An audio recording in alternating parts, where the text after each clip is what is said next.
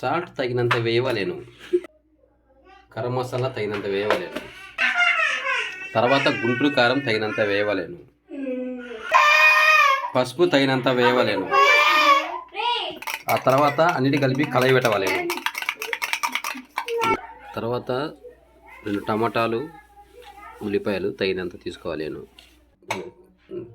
తగినంత బటర్ తీసుకొని ప్యాన్ పైన వేసుకోవాలేను. తర్వాత బెడ్ ముక్క ఒకటి పెన్నెం పైన వేయవలేను.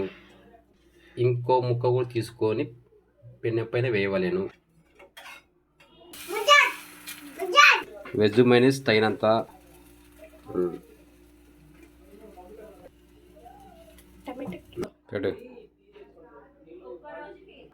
రెడీ.